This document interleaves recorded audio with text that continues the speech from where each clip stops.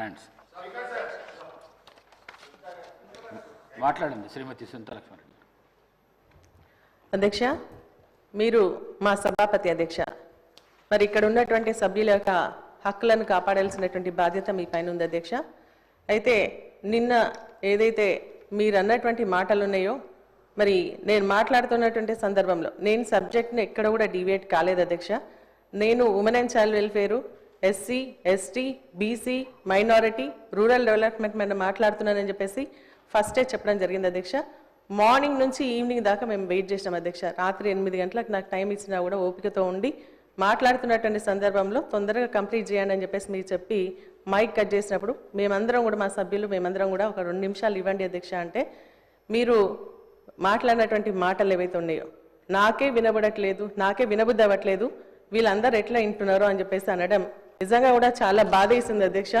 ఎందుకంటే మరి మా ప్రోటోకాల్స్కి సంబంధించినటువంటి ఇష్యూలో మీరు ఇన్వాల్వ్ అయ్యి మరి జిల్లా కలెక్టర్ని పిలిచి మాట్లాడినటువంటి మీరే ఒక మహిళగా నేను మాట్లాడుతున్నప్పుడు, ఒక సీనియర్ శాసనసభ్యురాల్ని మంత్రిగా పనిచేసినాను, నేను ఎక్కడ కూడా అన్పార్లమెంటరీ మాట్లాడలేదు. ఎందుకంటే సభలో చాలా మంది ముఖ్యమంత్రి, మంత్రులు, సభ్యులు అందరూ కూడా మాట్లాడినా కూడా ఇక్కడ ఉన్నటువంటి కొత్తగా ఉన్నటువంటి శాసనసభలో కూడా నేను చెప్తాను అధ్యక్ష, ఇది ఇట్లా మాట్లాడాలా, 0 ఓవర్లో ఒకటే సబ్జెక్ట్ మాట్లాడాలా, మనం మాట్లాడద్దు అని చెప్పేసి చెప్పేటువంటి స్టేజ్లో ఉన్నటువంటి నన్ను మరి మీరు నిన్న ఏదైతే మాట్లాడినరో నాకు చాలా బాధ అనిపించింది అధ్యక్ష. ఎందుకంటే నేను ఓన్లీ సబ్జెక్టే మాట్లాడినాను అధ్యక్ష, సబ్జెక్ట్ని మించి నేను ఒక్క విషయం కూడా బయటికి జరగలేదు.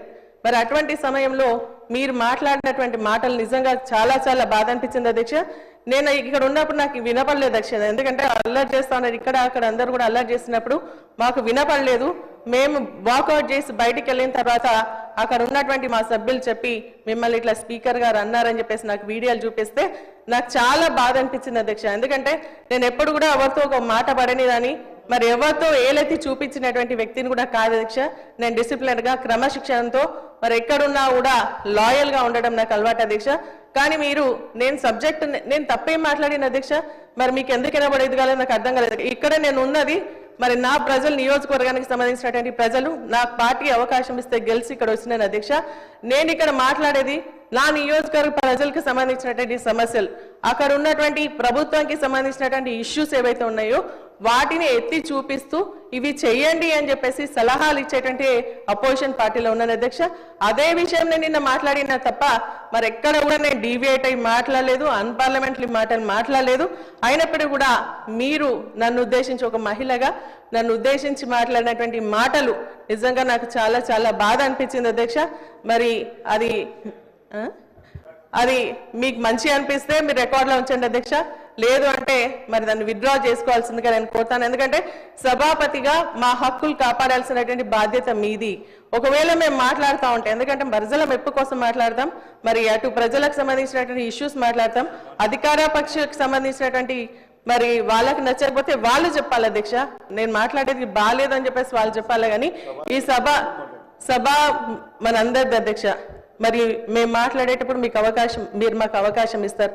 అవకాశం ఇచ్చినప్పుడు మేము మాట్లాడుతూ ఉన్నప్పటి సమయంలో మీరు అట్లా, ఎందుకంటే మీరు చూసిన అధ్యక్ష, మహిళల్ని పట్టుకొని మన ముఖ్యమంత్రి గారు మమ్మల్ని మాట్లాడడం జరిగింది అధ్యక్ష, అన్పార్లమెంటరీ మాట్లాడి, ఇంకా కొంతమంది అయినా కూడా మేము సైలెంట్గా మా నిలబడి నిరసన వ్యక్తం చేసినమే తప్ప ఎప్పుడు కూడా మేము మరి దాని పరిధి దాటి పోలేదు అధ్యక్ష. నిజంగా చాలా చాలా బాధ అనిపిస్తుంది అధ్యక్ష.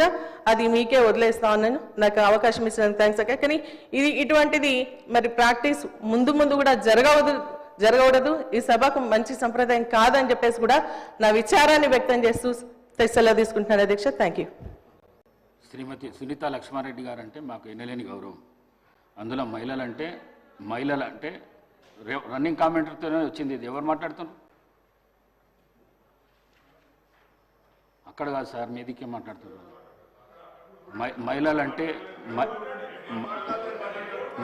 మహిళలంటే ఎనలేని గౌరవం నాకు 8 మంది సిస్టర్స్ ఉన్నారు. నేను మహిళలను చాలా ఎక్కువ గౌరవిస్తాను. నేను ఈ సీటు మీద ఉండి నేను మిమ్మల్ని అనుకోవడం మాత్రం చాలా పొరపాటు. అది మీరు మాట్లాడేటప్పుడు రన్నింగ్ కామెంటరీ ఇక్కడి నుంచి అక్కడి నుంచి వస్తున్నది. వారు మాట్లాడేది వినబడతలేదు, నాకే వినబడతలేదు, మీకు వినబడుతుందా అని చెప్పిన మిమ్మల్ని ఉద్దేశించి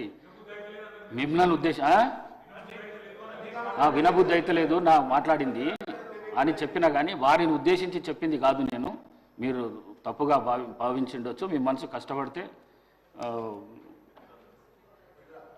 విడ్రా చేసుకుంటాను. రైట్.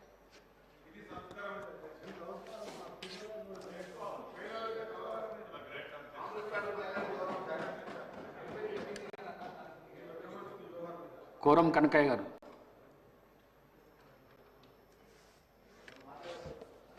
ధన్యవాదాలు అధ్యక్ష. పోడు భూములకు సంబంధించినటువంటి సమస్య అధ్యక్ష. ఇక్కడ